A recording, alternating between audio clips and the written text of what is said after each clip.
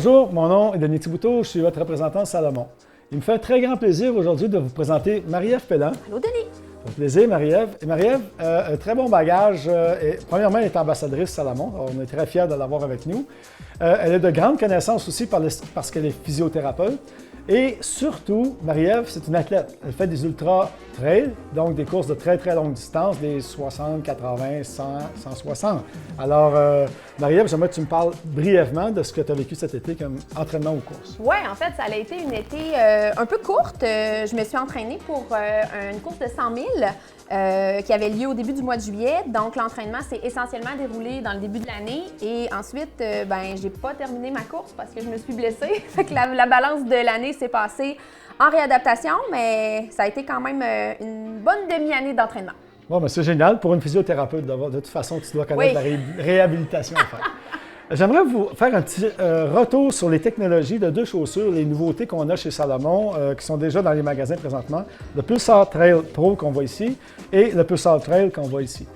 La première technologie, c'est ce qu'on appelle le Energy Blade. C'est une plaque qu'on met à l'intérieur de la chaussure. C'est une plaque ici qu'on voit qui est faite en forme de fourchette. Cette plaque-là, à quoi ça sert? C'est pour donner un certain rebond vers l'avant sur la chaussure. Elle n'est pas pleine, elle ne couvre pas toute la chaussure pour garder la stabilité puis avoir un feeling de terrain. C'est vraiment important. Deuxième élément important comme technologie, c'est ce qu'on appelle le Energy Foam. C'est la mousse ici, intercalaire, qui est juste là. Cette mousse-là, elle a plusieurs caractéristiques importantes. Un, elle a un bon rebond, elle aussi. C'est une mousse qui est très résiliente, mais c'est surtout aussi une mousse qui est très, très légère. Ça nous permet d'avoir des chaussures de trail en bas de 9 onces, puis certains modèles à 6 onces ou même 5,5 onces. Alors, c'est des éléments intéressants.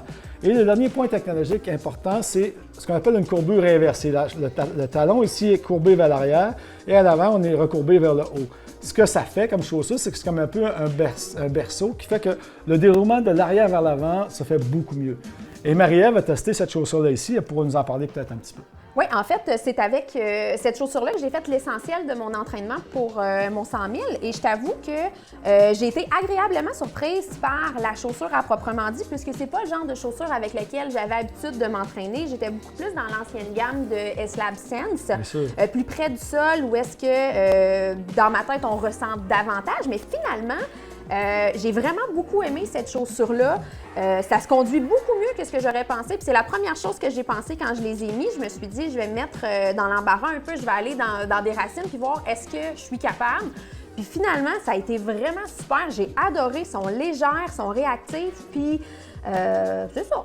Ils sont vraiment le fun. Ils sont belles en plus. C'est génial. Bien, merci du commentaire, Marie-Ève. C'est gentil. Merci.